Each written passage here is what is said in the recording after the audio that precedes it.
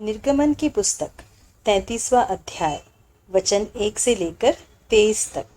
सीनै पर्वत से प्रस्थान की आज्ञा।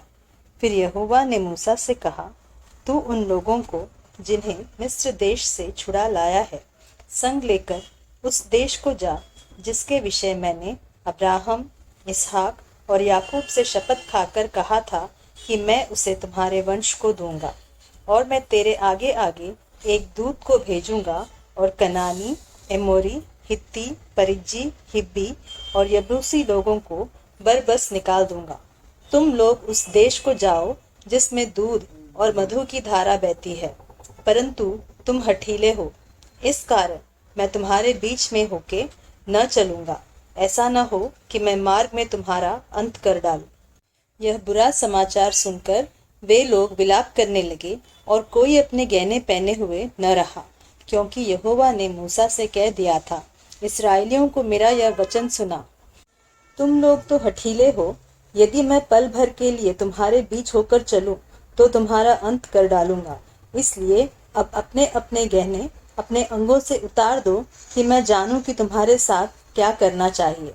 इसलिए इस्राएली होरेब पर्वत से लेकर आगे को अपने गहने उतारे रहे। मिलाप वाला तंबू। मूसा तंबू को छावनी से बाहर वरन दूर खड़ा कराया करता था और उसको मिलाप वाला तंबू कहता था। और जो कोई यहोवा को ढूंढता वह उस मिलाप वाले तंबू के पास जो छावनी के बाहर था निकल जाता था। जब जब मूसा तंबू के पास जाता तब तब सब लोग उठकर अपने डेरे के द्वार पर खड़े हो जाते, और जब तक मूसा उस तंबू में प्रवेश न करता था तब तक उसकी ओर ताकते रहते थे।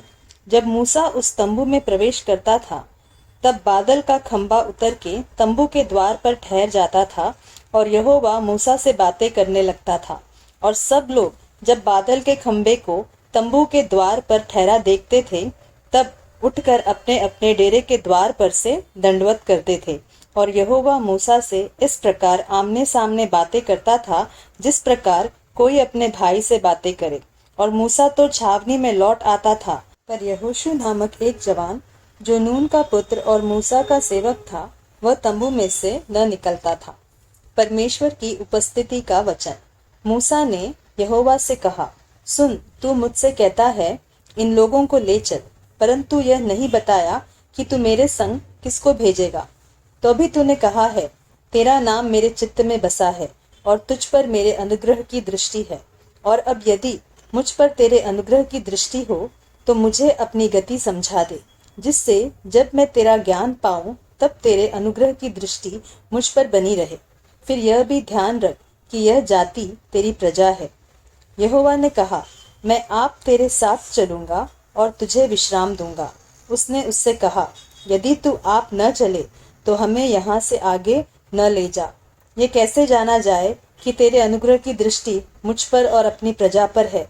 क्या इससे नहीं कि तू हमारे संग संग चले, जिससे मैं और तेरी प्रजा के लोग पृथ्वी भर के सब लोगों से अलग ठहरे।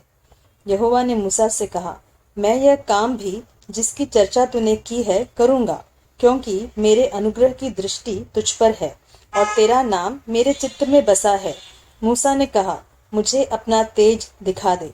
उसने कहा, मैं तेरे सम्मुख होकर चलते हुए तुझे अपनी सारी भलाई दिखाऊंगा और तेरे सम्मुख यहोवा नाम का प्रचार करूंगा। और जिस पर मैं अनुग्रह करना चाहूं उसी पर अनुग्रह करूंगा और जिस पर दया करना चाहूं उसी पर दया करूंगा। फिर उसने कहा, तू मेरे मुख का दर्शन नहीं कर सकता, क्योंकि मनुष्य मेरे मुख का दर्शन करके जीवित नहीं रह सकता।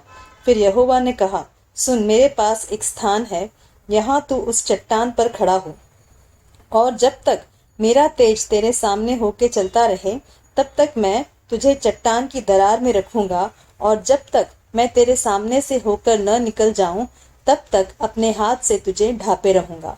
फिर मैं अपना हाथ उठा लूंगा, तब तू मेरी पीठ का तो दर्शन पाएगा, परंतु मेरे मुख का दर्शन नहीं मिलेगा।